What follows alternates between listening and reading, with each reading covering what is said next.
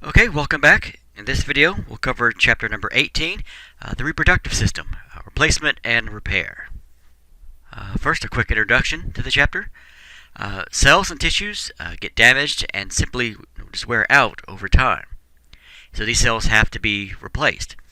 Asexual reproduction, or mitosis, is a process by which cells make exact copies of themselves and is essential to maintaining a healthy body. Now, ultimately, cellular reproduction leads to the complicated process by which humans reproduce new humans, or sexual reproduction. So without this ability, the human species would die out, and the journey for the human race would end. All right, learning outcomes for this chapter. Be able to differentiate mitosis from meiosis, and the role of each of those in the human life cycle. Be able to locate and describe the functions of the female reproductive organs. Discuss female reproductive physiology, including the phases of the menstrual cycle, oogenesis, follicle development, and ovulation. Discuss the effects of hormonal control on the female reproductive system. Locate and describe the functions of the male reproductive organs. Discuss the male reproductive physiology, including spermatogenesis. Discuss the effects of hormonal control on the male reproductive system. Describe pregnancy and the stages of labor and delivery. And lastly, explain some common disorders of the female and male reproductive systems. Alright, we'll start off with tissue growth and replacement. And the first term we'll talk about here is mitosis. Now, cellular reproduction is the process of making a brand new cell. Now, cell division is when one cell will divide into two. You start off with one cell, you end up having another identical copy of that cell made. Now, asexual reproduction is when a cell can make identical copies of itself without the involvement of another cell. Now, cells that make up the human body are a certain type of cells called eukaryotic. The EU in eukaryotic means true, so it actually is a reference to having a true nucleus. So the prokaryotic cells are a reference to bacteria, because they're not as complex, and then eukaryotic cells are animal and plant cells. Now, the genetic material of the cell, the DNA, is bundled into packages of chromatin. These are known as chromosomes. Now, the process of sorting the chromosomes so that each cell gets exactly the same number and exactly the same amount of genetic material is called mitosis. So mitosis isn't cell division, it's the division of the nucleus. And after that, the rest of the cell will divide. And mitosis is the only way that eukaryotic cells, like our cells, can reproduce asexually. Mitosis in your body, like we just mentioned, mitosis is a form of asexual cellular reproduction because you're not involving any other cell. One cell can do this basically by itself. The one cell producing two, and then two become four, and so on. Now, mitosis is needed for repair and regeneration of tissues, and also growth is accomplished through the process of mitosis. All right, now move on to sexual reproduction. Now, sexual reproduction is needed for the perpetuation of the species. That's how any species continues on surviving, is through sexual reproduction. You have to be able to produce more of that species. Now, sexual reproduction requires the assistance of another individual to produce offspring. They are not identical to each other. So you can have individual cells splitting by themselves to make more copies of themselves, but for any kind of animal to reproduce, you need to have two people involved to produce offspring. Okay, sexual reproduction involves the union of a cell from one organism with a cell of another organism of the same species to produce a brand new organism. So in humans, the union of an egg cell from the female plus the union of a sperm cell from the males will give you the new offspring. Alright, now we'll talk about meiosis. This is related to mitosis, but it is different in many ways. In animals, females will produce eggs, and the males will produce sperm, and these special cells are called gametes. So the term gamete is just another term for sex cells. Now, gametes are made by a special process called meiosis, also known as a reduction division. It's called that because the daughter cells produced at the end of the process have half as many chromosomes as the original. All body cells in you have 46 chromosomes, or 23 pairs of chromosomes. Your sex cells only have 23, but that's how we get to the 46 in our normal body cells. 23 chromosomes from mom plus the 23 chromosomes from dad give you the 46 that you end up with. So the daughter cells will fuse together with the gamete from another organism, and then these chromosomes that they have are joined together, and that will give you the total number of chromosomes needed for the fully functional organism. All right, in humans, total number of chromosomes is 46, 23 from the mother, 23 from the father. If we don't have this process of meiosis, the resulting fertilized egg would end up with 92 chromosomes, which is way, way too many to be viable. So the number that you're looking for is 46 chromosomes. Anything higher than that is going to have problems. Anything lower than that is going to cause problems. All right, the 46 chromosomes are always paired, so you're going to have 23 pairs of chromosomes. And each pair will consist of one from your father and one from your mother. Now, chromosomes are matched based on their size and their shape and the kind of genes that they carry. And chromosomes are going to be numbered through numbers 1 through 23. The first 22 pairs are the somatic chromosomes. And then the last pair, pair number 23, are the sex chromosomes. And they're called that because they help determine the sex of the baby. If there are two X chromosomes, or XX, then it's a female. If it's an X and Y chromosome, then it is a male. All right, the image you're looking at here is called a karyotype. This is the chromosomes of one cell of a person matched together by size and then laid out. And you can see that they are numbered. See, 1, 22, and this would be the 23rd pair here. So on this image here, because there are two X's, this one would be a female. And this side of the image over here, again, 22 pairs, and here's the 23rd pair. You have X and Y. The Y chromosome is much smaller than the X. So just by looking at this image, you can tell that person from image B would be male. Person from image A would be female. Just by looking at this karyotype. All right, now we'll talk about a clinical application. We'll talk about Down syndrome. Now, Down syndrome is a relatively common birth defect that will cause short stature, heart defects, increased risk for leukemia and Alzheimer's disease, and often mental retardation. Now, the probability of a baby with Down syndrome increases with women who are over the age of 35. Although there is new research that shows men who are over 50 also are at increased risk. So the older you are when you are pregnant increases the risk for many birth defects, including Down syndrome, especially if your first pregnancy is beyond age 35 or so. Now, Down syndrome is caused by the presence of an extra chromosome, number 21. Now, sometime during meiosis, what will usually happen in the mother, the chromosomes will fail to split.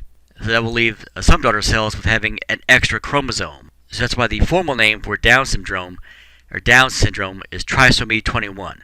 Going back to this image here, this is normal. This is how a normal pairing of chromosomes should look. But for someone with Downs, they would have an extra chromosome here. They would have a third body there. That's why it's called trisomy 21. So just by looking at a karyotype, you can determine if someone has Downs or not. All right, so if that egg with that extra chromosome is fertilized, the resulting fetus will have a third chromosome 21 versus the normal regular pairing. All right, now I'll move on to the human life cycle. Mitosis and meiosis are absolutely necessary parts of the human life cycle because they're needed for cell replacement, repair, and of course the production of new organisms. Now, eggs and sperm with only half as many chromosomes as other cells are produced by meiosis. These go through this process in organs known as the gonads. These are the testes and ovaries. Now, the term gonad is a generic term. That's a reference to the primary organ of the reproductive system. So the gonads for males would be the testes, the gonads for females would be the ovaries. Right, during sexual reproduction, the gametes will unite and combine their genetic material, and this union is called fertilization, or also known as conception. This is the beginning of a life at conception. Now, this fertilized egg, the zygote, has 46 chromosomes. Now, the zygote will reproduce millions of times through mitosis and will develop within the female that gestates in the uterus to go from a zygote to an embryo into a fetus. All right, here are the early stages of the human life cycle, starting up here with fertilization. That one cell will become 2, then 4, then 8, and it will keep doubling in number until you get to the embryonic stage here. That will further develop into a fetus, and then eventually having a newborn. All right, the reproductive organs are also known as the genitalia. Genitalia are divided into either primary or secondary genitalia. The primary genitalia are the gonads that produce the gametes. So for males, that'd be the testes. For females, that'd be the ovaries. Anything else is considered to be a secondary genitalia or an accessory organ. So it doesn't matter what it does, doesn't matter where it's found. If it's not a gonad, is considered to be a secondary structure, no matter how important it is. Alright, we'll first start off with the female anatomy. In females, the primary genitalia are the ovaries, because they are the primary organs of the system, because they make the egg cells. The secondary genitalia are the fallopian tubes, or the uterus, the vagina, and the external genitalia called the vulva. The ovaries. The ovaries are paired structures. They're about 3 centimeters long, and they're found in the peritoneal cavity. There'll be one ovary on either side of the uterus. And the ovary is covered by a fibrous capsule called the tunica albuginea. This is made up of cuboidal epithelium. Now, the interior of the ovary is divided into the cortex, which contains the eggs, and also the medulla, which contains the blood vessels and the nerves and lymphatic tissue. And this is surrounded by loose connective tissue. And again, in terms, cortex and medulla are not specific just for the ovaries. They are generic regions of a structure. Cortex is always the outermost side, and medulla is more toward the middle. Ovarian ligaments. There are several ligaments that hold the ovary in place or suspend the ovary. Mesovarium will suspend the ovary. The suspensory ligament will attach to the ovary to the lateral pelvic wall. It will suspend it from the top part, like a chandelier is suspended from a ceiling. And then the ovarian ligament will anchor the ovary to the uterine wall from the bottom side of the ovary. The blood vessels, the ovarian artery, the ovarian branch of the uterine artery will travel through the mesovarium and the suspensory ligament, supplying the ovary with oxygenated blood. Here's a profile view of the reproductive organs, or the internal reproductive organs. The vertebrae here, the backbone here. This part would be the last part of the sigmoid colon, kind of cut open. Rectum would be here. Body of the uterus would be here. Ovary would be here, and this part is actually would be coming out at you in a three-dimensional way. It's just hard to represent that on a two-dimensional image. This part will be coming out toward you. And we'll talk about many of these structures as we get through this chapter. Ovary here, ovary here. You have the mesovarium, also known as the broad ligament, that will drape over the entire uterine covering. It's the largest of all the uterine ligaments. Suspensory ligament here from the top. The ovarian ligament will be here down at the bottom of the ovary. Alright, the fallopian tubes. It's also known as the uterine tubes or the oviducts. Any of those terms are fine here. These are the passageway for the egg to get to the uterus. The fallopian tubes will begin as a large, it looks like a upside down funnel structure. It's called the infundibulum. And this is surrounded by ciliated projections of tissue called the fimbriae. Now, the infundibulum will lead to a widened area of the fallopian tube called the ampulla. This will be followed by a longer, much more narrow portion called the isthmus. And the fallopian tubes are connected to the superior portion of the uterus.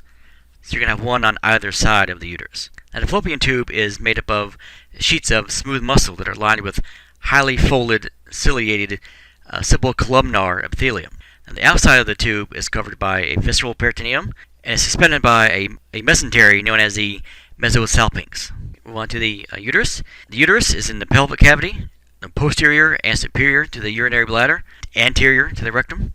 The major portion of the uterus is called the body. The rounded superior portion between the uterine tubes is called the fundus, and the more inferior portion, the more narrow portion, is called the isthmus.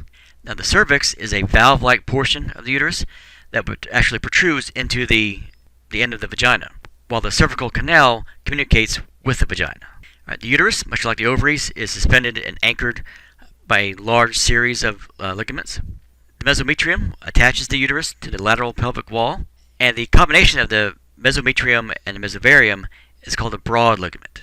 And that extends all the way from one ovary across the uterus to the other ovary.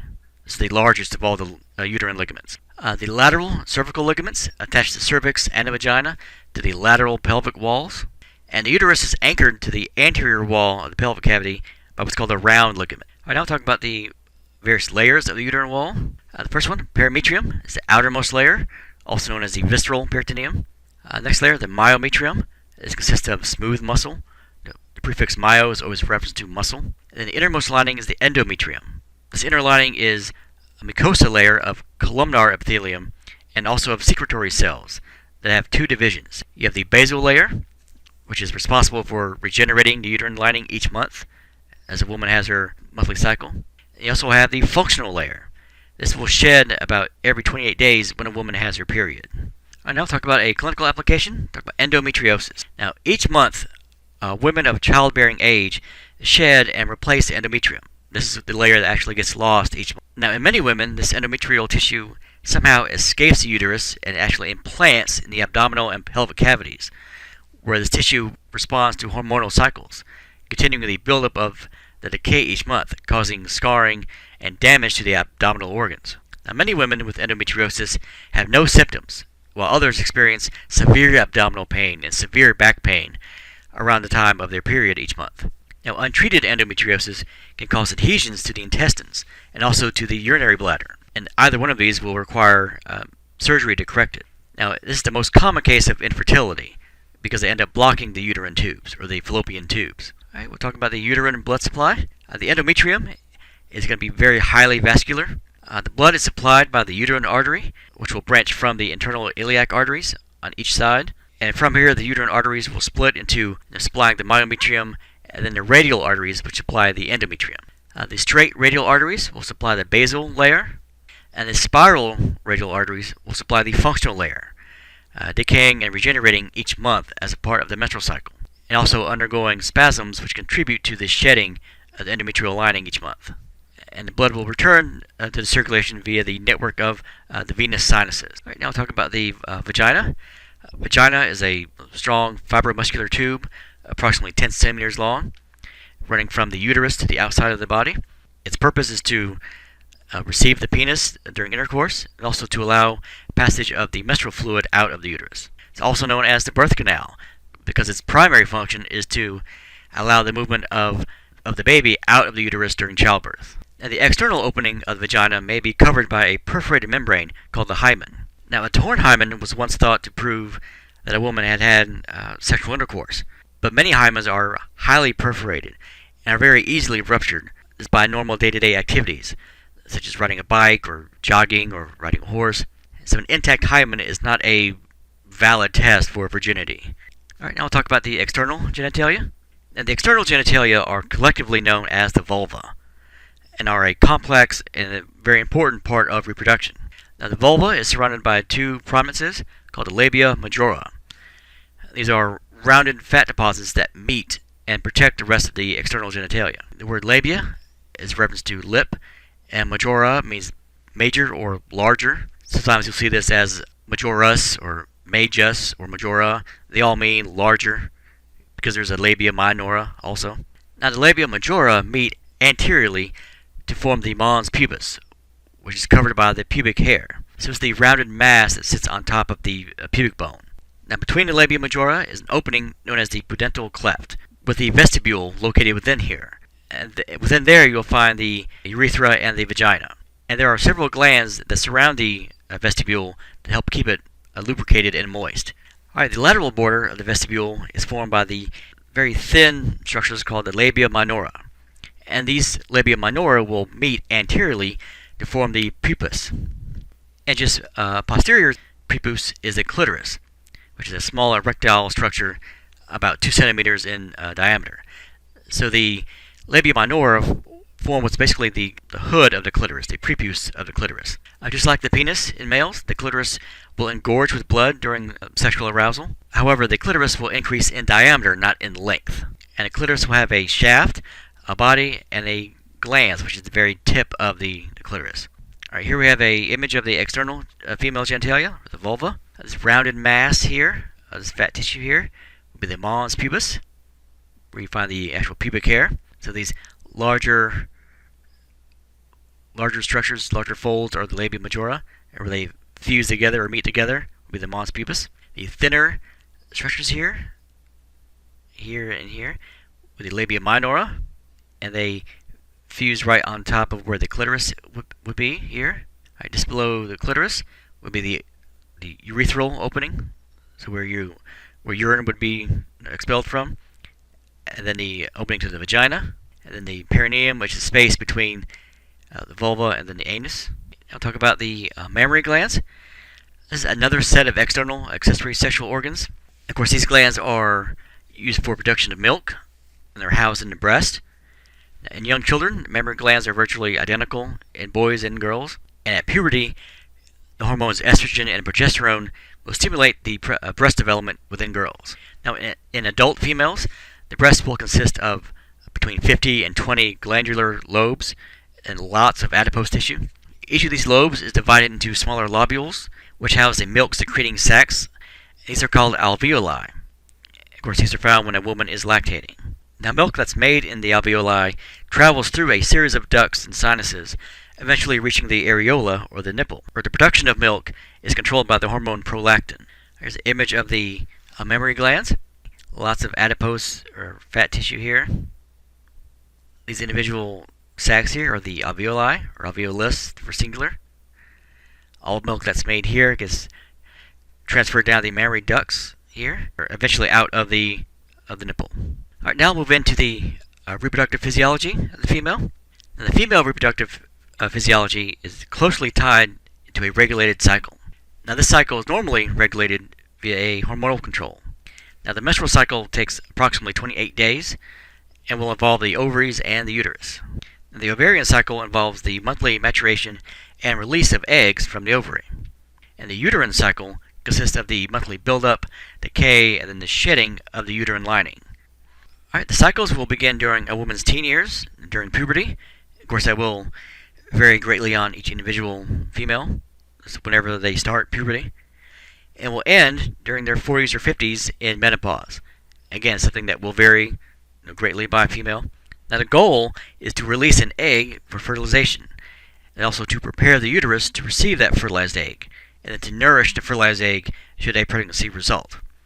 So every month, a woman's body is releasing an egg and preparing their body just in case they do get pregnant. If a pregnancy doesn't result, the uterine lining will shed and the cycle will begin once again. All right, now I'll talk about menses and menstruation. The menstrual cycle begins with the first day of the menses. The menstruation is a term referring to the actual shedding of the endometrium, the actual period itself. And menses is a reference to the time during which a woman is menstruating, so the time when a woman is having her period. So menses usually last about 4 to 5 days, but can be longer or shorter in different women. It can vary from month to month in the same woman. Now we'll move into ovulation. Once the menses is over, the endometrium will begin to proliferate, basically readying itself for the egg that's about to be released from the ovary, which is what's called ovulation. Right, from day 1 to 14, the oocyte, or the egg cell, is undergoing a number of developmental changes, getting ready for ovulation on approximately day 14. Now, ovulation is the release of a mature egg from the ovary. Now, the egg will travel from the ovary to the uterus, which has been preparing for it. If that oocyte is fertilized by a sperm cell, it will implant into the thickened endometrium. If it doesn't implant within a few days, the endometrium will begin to decay and menstruation will occur within 2 weeks. All right, we'll talk about the menstrual cycle phases. The time between the end of the menses and ovulation is known as the follicular or proliferative phase. It's during this time where the endometrium is proliferating and the follicles are maturing within the ovary. The time between the ovulation and the menses is known as the luteal or the secretory phase. And this is because the development of a structure called the corpus luteum in the ovary and the beginning of the secretion within the uterus. That's why it's called the luteal phase or the secretory. Alright, in this image we have various factors that go on during the menstrual cycle. This is the top image here. You have the various levels of FSH, follicle stimulating hormone, and luteinizing hormone. You have what's going on with the follicle as it develops and up to ovulation. And what happens after ovulation. That's when you have levels of estrogen and progesterone, how they go up and down during various days. And here the relative thickness of the endometrial lining, and we have the bleeding here in the very beginning stages, then a repair, and then getting thicker again. So the actual bleeding that you get each month isn't at the end of the cycle, it's at the very beginning of the cycle.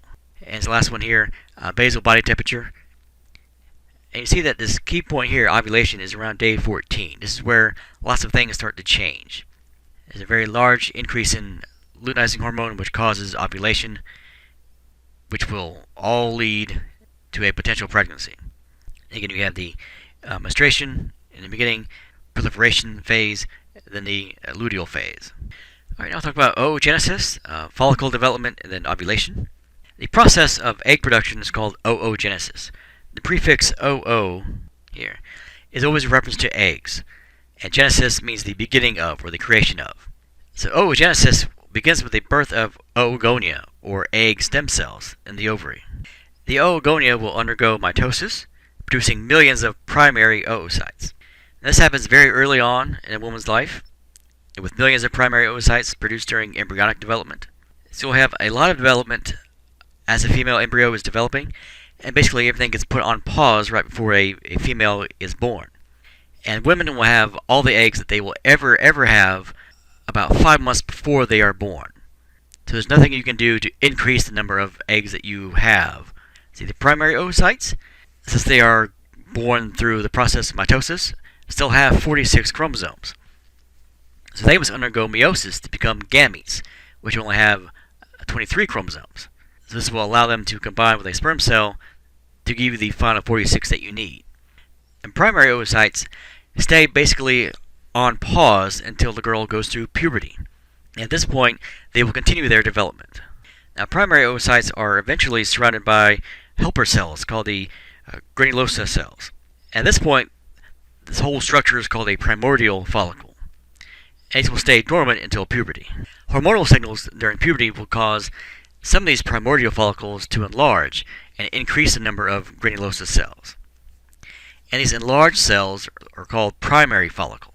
Once a girl reaches puberty, one primary follicle will become a secondary follicle each month. The secondary follicle will not complete its development unless it is ovulated and then fertilized.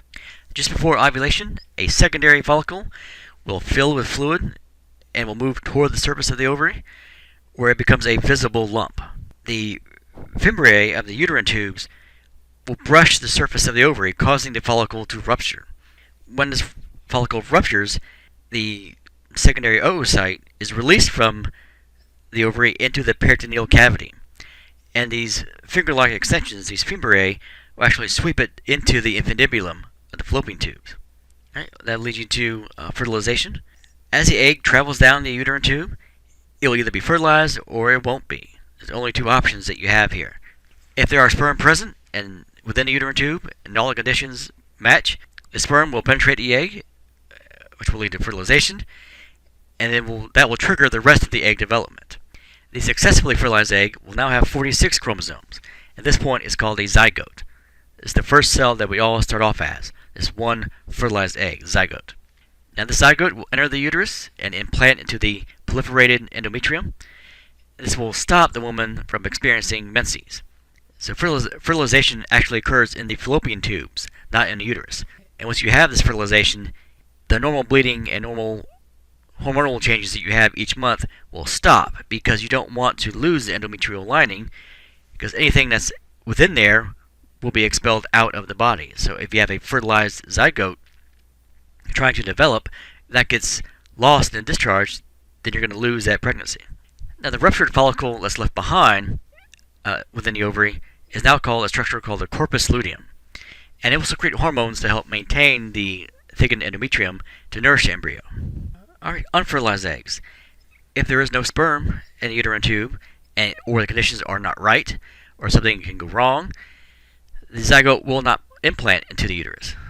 If there is no implantation within a few days, the uterine lining will begin to degenerate, and the woman will have her period. And then the egg and anything else in the endometrial lining will be swept out in the menstrual flow. And the corpus luteum will eventually become the corpus albicans and eventually will disappear. Alright, now we'll talk about hormonal control of female reproduction.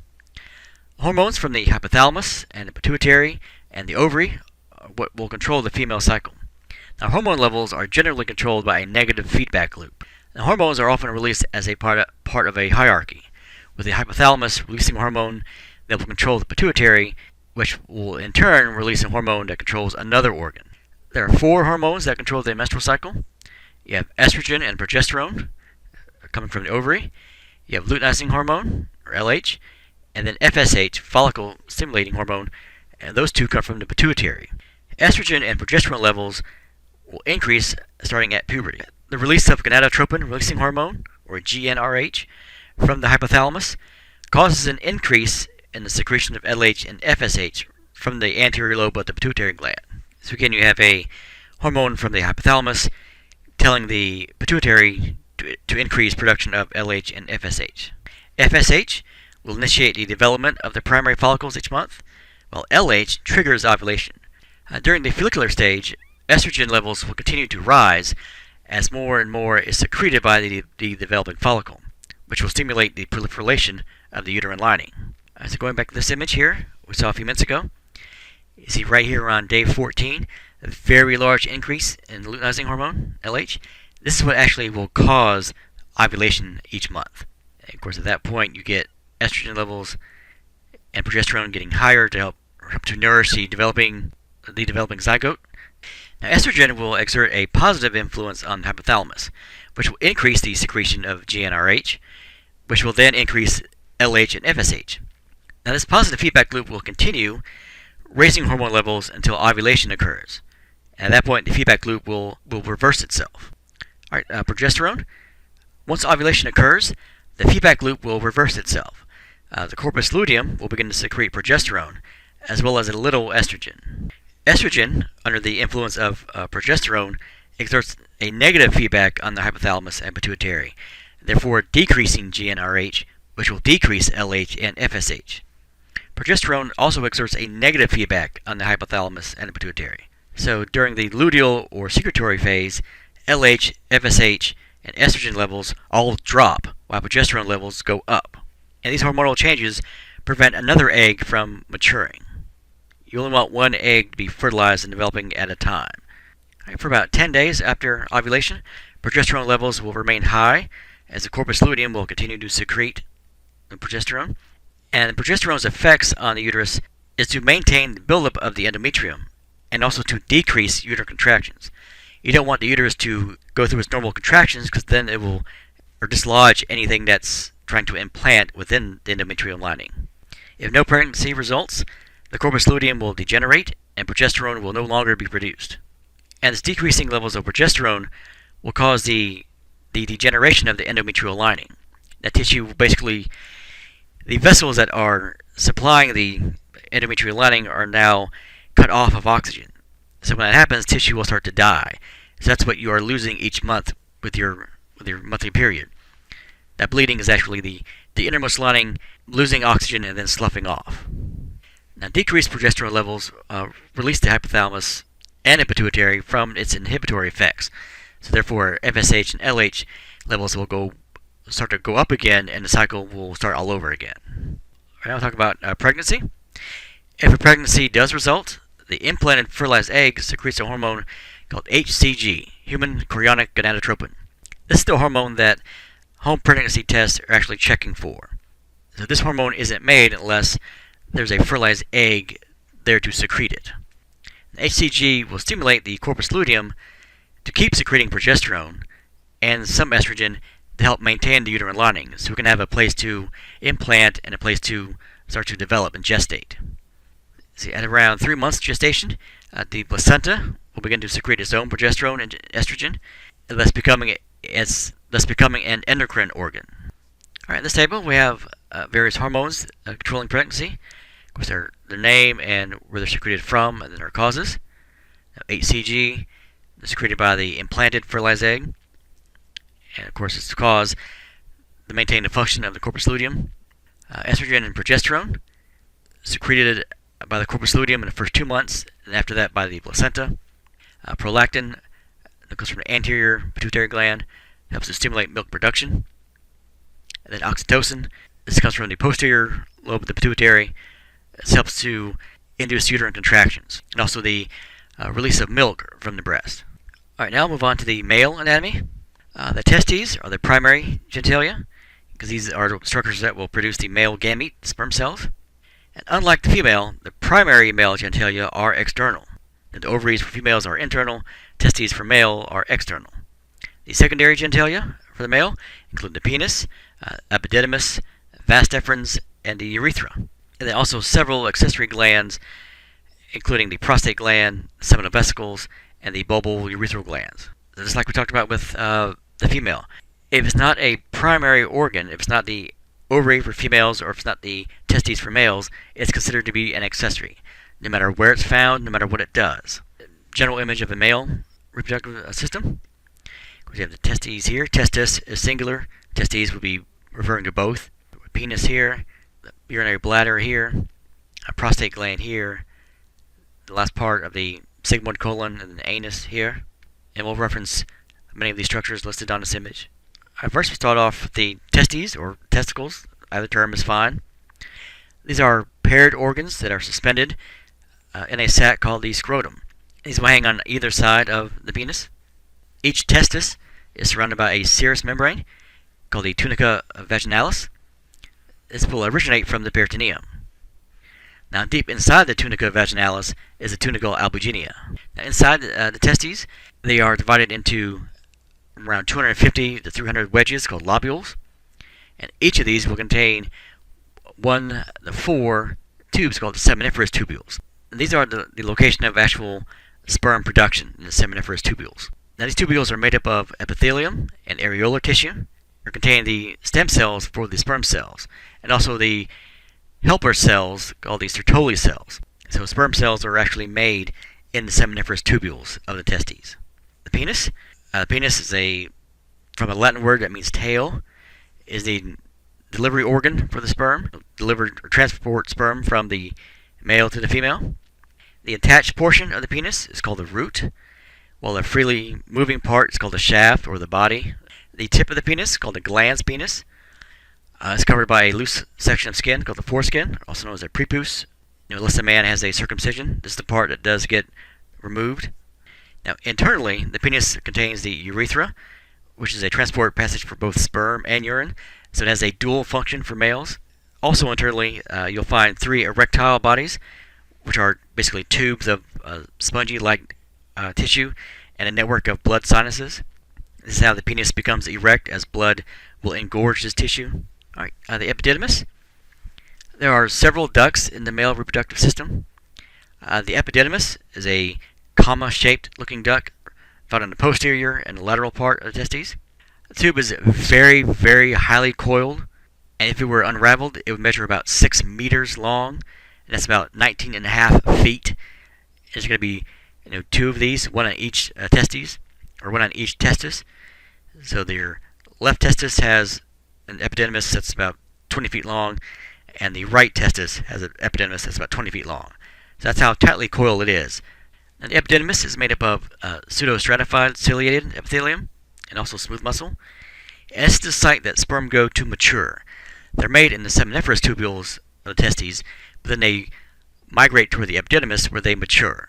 Right. Vas deferens, also known as the ductus deferens, only about 45 centimeters long, loaded with ciliated pseudostratified epithelium, just like the epididymis, but it has a thick, smooth muscle layer and is surrounded by a connective tissue layer called the adventitia.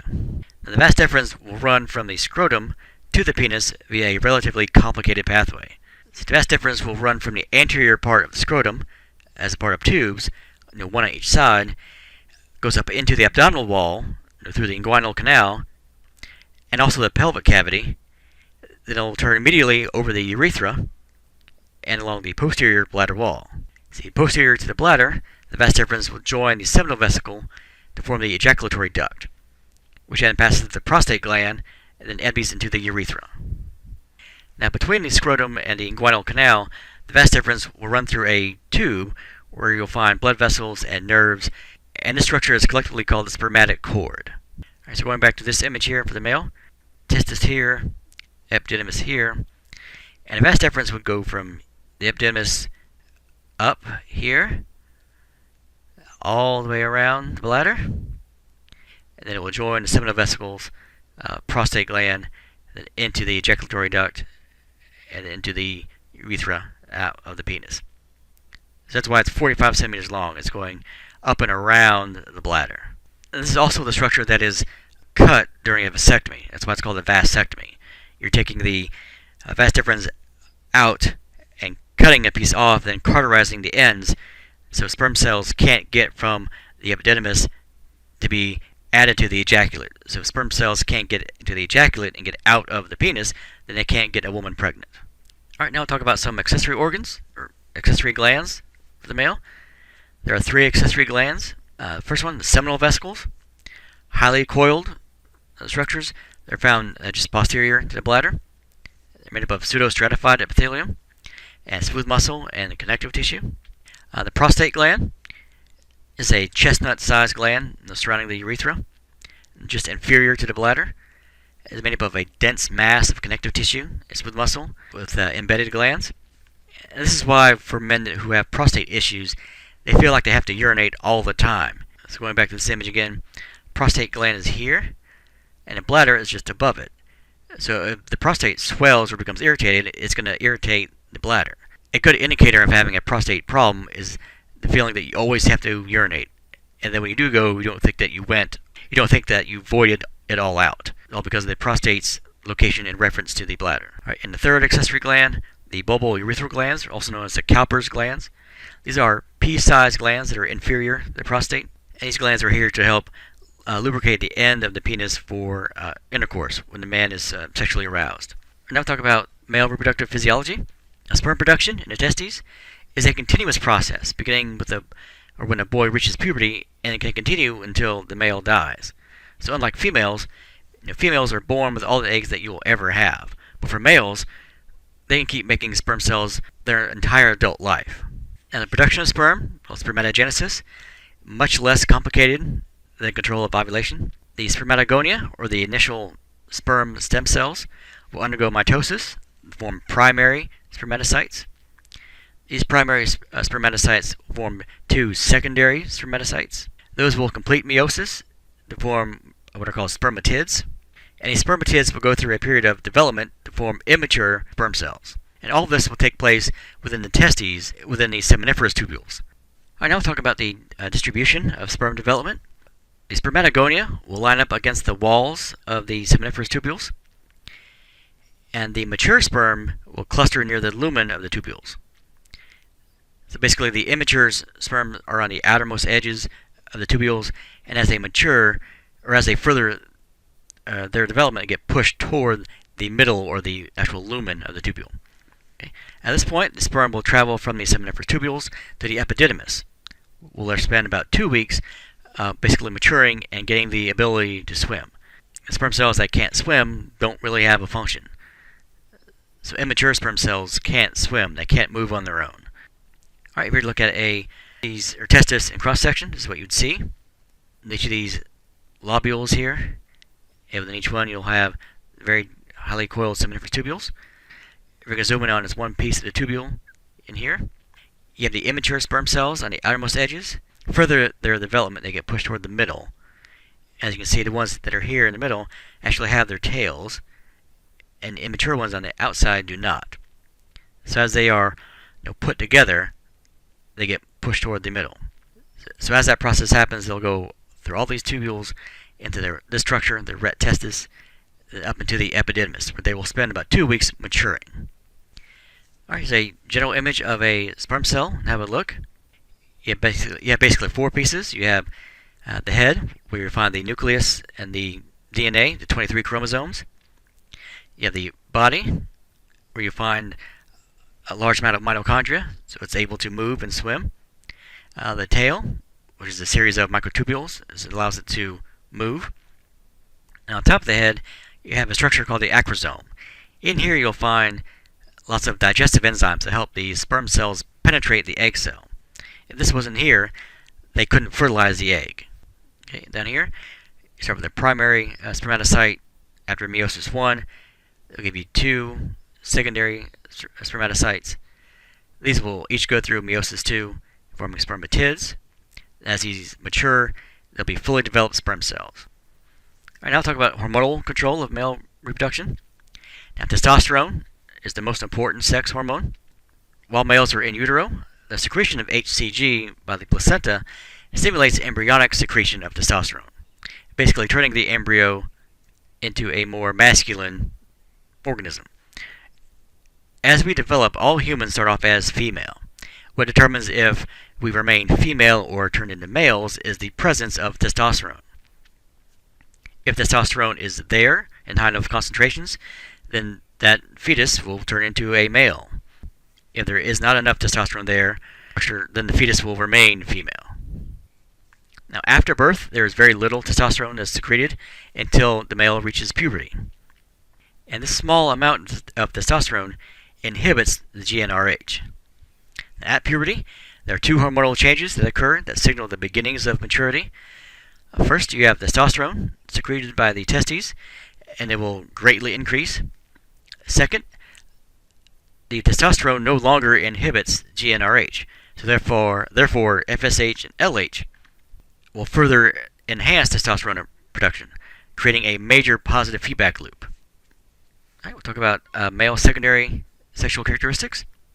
Testosterone secretion at puberty brings about the development of various changes within the male's body. More body hair, more facial hair, pubic hair growth, the deepening of the voice, increased muscle mass, and increased bone mass. Now we'll talk about a clinical application, androgen insensitivity syndrome. Now, testosterone secretion in utero is important for turning the fetus into a male fetus. Now, genetically, males who are not sensitive to testosterone will not respond to these effects and will not develop normal male reproductive systems. Now, androgen insensitivity is a genetic disorder that can result in a very broad range of malfunctions of the male reproductive system, from a complete lack of external or internal genitalia to males with ambiguous genitalia, or patients who have normal male genitalia but who are sterile. So the treatment of this condition will depend on the severity of the malformation. All right, now we'll talk about LH and FSH in males. Now, the hormones LH and FSH affect males exactly as they do females, and they are there to stimulate gamete development. And they are regulated in exactly the same way they are regulated in females. So GnRH is released from the hypothalamus, which will stimulate LH and FSH secretion from the pituitary. So there's no difference in function or in control here for males or females. All right, now we'll talk about erection and ejaculation. When the male is sexually aroused, the erectile bodies of the penis, the three columns of spongy tissue, will become engorged with blood, therefore stiffening and expanding the penis, which will produce an erection. In order for the sperm to leave the body, there must be ejaculation, which is the expulsion of the semen, which is the sperm cells plus all the assorted chemicals to go along with that. Thus, the ejaculation must take place for sperm to exit the body. All right, now we'll talk about the passage of sperm. The smooth muscle will contract throughout the ducts and glands of the male system and will propel the sperm from the epididymis into the vas deferens and then into the pelvic cavity. As the sperm cells pass these seminal vesicles, the vesicles will add a secretion of fructose and other chemicals that help aid the sperm. They basically get an energy boost from the seminal vesicles by getting a source of sugar. And from here, the sperm and these chemicals enter the ejaculatory duct, passing through the prostate gland. And the prostate gland will add to this combination an alkaline fluid to help protect the sperm cells, because they're about to enter an acidic environment like the vagina. So in order to protect them, they are given an extra coating from the prostate glands. So at this point, the semen will pass through the bulbourethral gland, which will add mucus to the semen, again to help lubricate the end of the penis when the male gets aroused for intercourse. And then finally, the semen enters the urethra and is carried outside of the body. So the term semen doesn't mean just the sperm cells. Semen means the sperm cells plus all the secretions from the bulbourethral glands, prostate gland, and the seminal vesicles. So it's basically everything that comes out of the penis during ejaculation. All of that is semen. All right, the sperm in the female. If a man is having intercourse with a woman and then ejaculates, the sperm will enter the vagina and make their way into the uterine tubes. Now, the female reproductive system is not very hospitable to sperm, and many sperm cells will die immediately.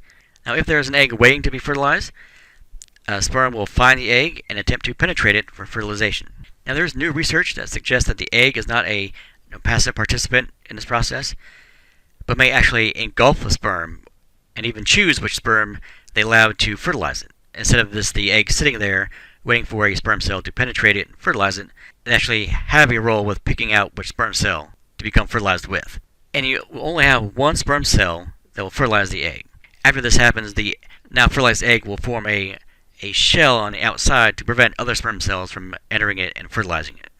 Alright, now we'll talk about pregnancy. Pregnancy occurs when an egg is fertilized by sperm cells, and then that is now implanted in the uterus. Now, the period of time where the developing baby grows in the uterus is called the gestation period, which is approximately 40 weeks long. If a baby is born 36 to 37 weeks gestation, this is considered to be premature. See, the first 8 weeks of gestation of the developing fertilized egg is called the embryo. During this time, the organs and systems are fundamentally formed. And after this period, it is now called a fetus. So the terms embryo and fetus are not interchangeable. They do mean very different things. They indicate a level of development. So basically, the first 2 months of development, it's an embryo. And any time after that, it's called a fetus. A general overview of the different stages. You have fertilization up here. As it gets bigger and bigger and bigger, you have an embryo. Then after the second month ends, or the 8th week ends, you now have a fetus. It will develop into more and more specialized and a larger and larger organism. Here's an actual photo of a fetus at week number 9, so the very beginning stages of the fetal stage. And some structures are identifiable. Of course, the developing eye here, the hand. You can see the notches that will eventually become the fingers, even though there's still more webbing here. See, the growing fetus is nourished by a spongy structure called the placenta, which is attached to the fetus and then the mother by the umbilical cord. Now, the fetus is encased in a membranous sac called the amnion, which will contain the amniotic fluid. So when a woman's water breaks, this is the fluid that is actually coming out. So going back to this image, this clear sac all the way around this fetus is the amnion.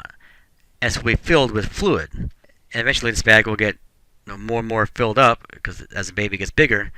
And when that sac ruptures, amniotic fluid will come out, and that's your water breaking. Now, labor is a process in which the fetus is delivered from the uterus through the vagina or the birth canal, and then outside of the body. Alright, stages of labor. There are 3 stages to labor.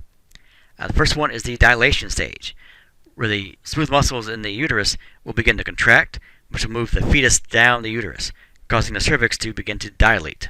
The second stage, expulsion, begins when the cervix is fully dilated to about 10 centimeters, and the fetus is actually delivered. And generally, the head will present first, called crowning, and the baby's mouth is suctioned to take its first breath to avoid breathing in mucus into the respiratory tract. That's how it normally should go. If the baby is a breech presentation, this is where the buttocks or the legs will appear first instead of the head. And then the last stage of labor, the placental stage, is the delivery of the placenta, and that's actually called the afterbirth. If all you know of delivering a baby is what you see on TV or on movies, you think that the baby comes out, you clean it off, put it in a blanket, and everything's done. Well, there's a lot more stuff that has to come out after baby. The placenta must come out. There are various images of stages of delivery. First one, dilation. You have the cervix starting to dilate. You have baby coming out during the expulsion stage. And the placental stage, the placenta or the afterbirth must be removed from the uterus, either through normal delivery or by surgical means. Alright, now we'll talk about clinical application with contraception. Now, the prevention of pregnancy is termed contraception and can be accomplished by a number of means, including an IUD, which is a intrauterine device, spermicidal agents, birth control pills, and shields, such as a diaphragm or a condom. Now, sterilization of the male can be accomplished by a procedure called the vasectomy, where the vas deferens is tied off to prevent sperm from exiting the penis. Now, there's a corresponding procedure to the vasectomy in females called the tubal ligation, or getting their tubes tied. Instead of cutting off the vasectomy, like you would in males, you are tying off the fallopian tubes. So ends are pulled out, cut, and then cauterized so eggs can't be fertilized by sperm cells. Alright, now we'll talk about some diseases of the female reproductive system. Amenorrhea, this is the absence of menstruation. Dysmenorrhea, a painful or difficult menstruation. Not just a regular cramping or bloating feeling, but a very painful or very difficult menstruation. PMS, premenstrual syndrome. Large variety of symptoms that affect many parts of the body, including the emotions. Vaginitis is an inflammation of the vagina, usually caused by a microorganism such as a bacteria or a yeast. Now, some infections are caused by STDs. That can be either viral or bacterial or fungal. Cervical cancer is diagnosed by having a pap smear which is a smear of the scrapings of the cervical cells to detect any presence of cancerous cells. Ectopic pregnancy is the implantation or the growing embryo in the uterine tubes, not in the uterus. This can be very serious if not corrected very quickly. Abruptio placenta is a premature separation of the placenta from the uterine wall, and this can result in the death of the fetus if the baby isn't quickly delivered. The postpartum depression is a psychological state occurring when or after the delivery of the baby that could result in the mother harming herself or the baby in the more serious cases.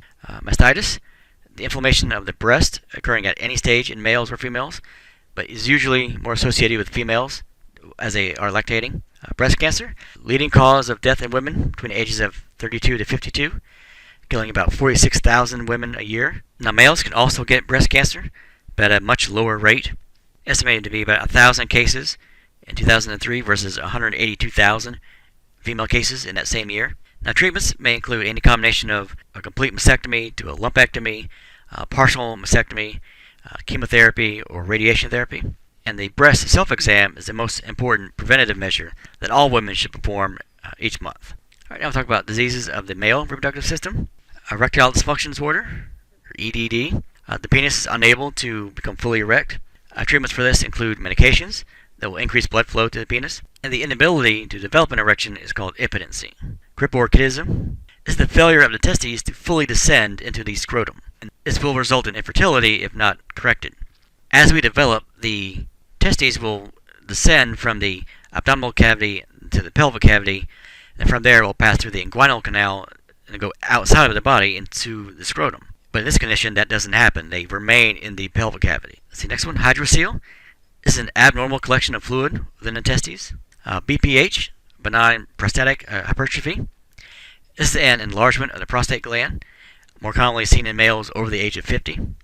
Prostate cancer, a slow-growing cancer that affects males in this age group and can be detected by a PSA test. An early diagnosis of this condition will increase your survival rates dramatically. All right, in this image we have an example of BPH. You have the urinary bladder up here, you have the prostate gland here, then the urethra here. But with BPH you have hypertrophied or an increased mass of cells in the prostate. So when that happens, that basically pinches off the urethra. It will also irritate the cells of the urinary bladder. Testicular cancer, this of course will start in the testes. It's relatively rare cancer, but most common cancer between men between ages of 15 and 34, and very, very treatable, of course, if caught early enough. All right, some points of interest for this chapter. Tissues grow and are replaced and are repaired by asexual reproduction. This is where cells make identical copies of themselves. And this happens all over the body as tissues are growing and being repaired and replacing it. Some tissues, such as the epidermis, blood, and bone, will replace themselves on a continuous basis, and always done by asexual reproduction or by mitosis. If an organism is going to reproduce sexually, it must use very specialized cells called gametes, and each gamete will only have half the typical number of chromosomes for that animal. That's because you want to combine half the chromosomes from one individual plus the gametes from another individual to form a new organism with a complete set of chromosomes. And for humans, gametes are the eggs for females and the sperm for males. These are produced by a special type of cell division called meiosis. Each of these will only have 23 chromosomes. Your normal body cells will have 46, but your sex cells only have 23. And they will not be identical to each other or to the original cell that created them. Is how we get genetic variety. So you get the 23 chromosomes from the egg fused with the 23 chromosomes from the sperm. That's how you get a new individual produced.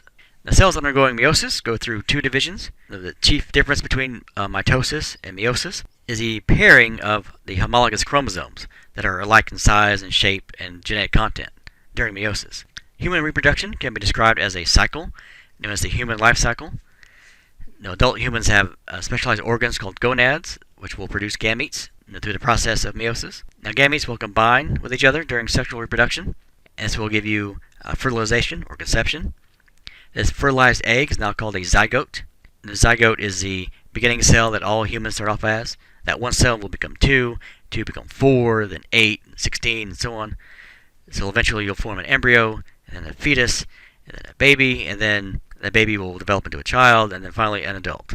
Reproductive system consists of several internal genitalia. The gonads will produce the eggs, which are the gametes. The uterine tubes, or fallopian tubes, provide a passageway for the egg to get to the uterus. And the uterus is also the incubator for the fertilized egg. The vagina is the birth canal, connecting the uterus to the outside world. And the external genitalia include the external opening to the vagina and several protective structures. The female reproductive physiology is relatively complicated and organized around a monthly cycle of changes that occur in the ovaries and in the uterus, collectively known as the menstrual cycle. The cycle begins with menstruation, the shedding of the uterine lining. After that lining, the endometrium has finished shedding. It will begin to build up again in a process called proliferation. As this is occurring, the egg is maturing within the ovary. Eventually, that follicle will be released from the ovary, a process called ovulation, and will travel to the uterus. If fertilization happens, then a fertilized egg will implant within the thickened endometrial lining, and a pregnancy will result. If the egg is not fertilized, the endometrium will degenerate and it will be lost in menstruation. The control of the menstrual cycle is accomplished by 4 hormones: estrogen, progesterone, LH, and FSH. During puberty, the ovaries will begin to secrete larger amounts of estrogen and progesterone, which cause the development of the female secondary sexual characteristics, and also set the cycle in motion. And the cycle works in this way. The hypothalamus of the brain will release GnRH, gonadotropin-releasing hormone, which will cause the pituitary to increase secretion of LH and FSH. Those two will cause follicles to develop and eventually trigger ovulation.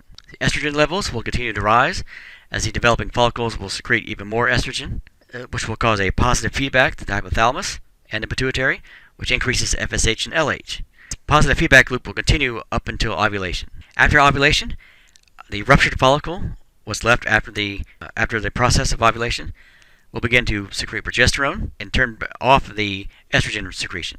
Under the influence of progesterone, the feedback loop between estrogen and the hypothalamus and the pituitary will reverse itself. It now will become a negative feedback loop. The LH and FSH levels will drop.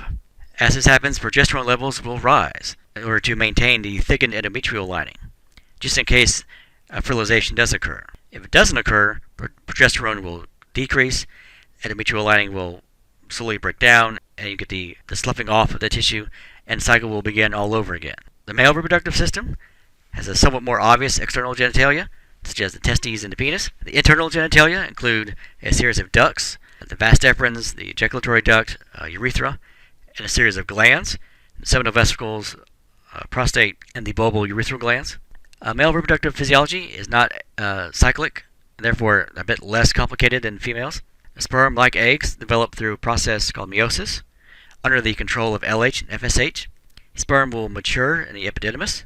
When a male is sexually aroused, the penis will become engorged with blood, and then erection occurs. If the arousal will continue, ejaculation will occur, which is the movement of sperm from the testes to the penis and then out of the man's body. During the ejaculation, sperm cells will move from the epididymis through the vas deferens, through the ejaculatory duct, and out the urethra. Along this pathway, the seminal vesicles, the prostate, and bulbal urethral glands will add various chemicals and secretions to the sperm cells, forming what's collectively known as semen. Testosterone is the chief male hormone. It is secreted by the testes. It is responsible for turning a developing fetus into a masculine organism and triggering the LH and FSH production and the development of the secondary sexual characteristics. Alright, that brings us to the end of this chapter on the reproductive system. We will conclude our video series with our next video on chapter number 19.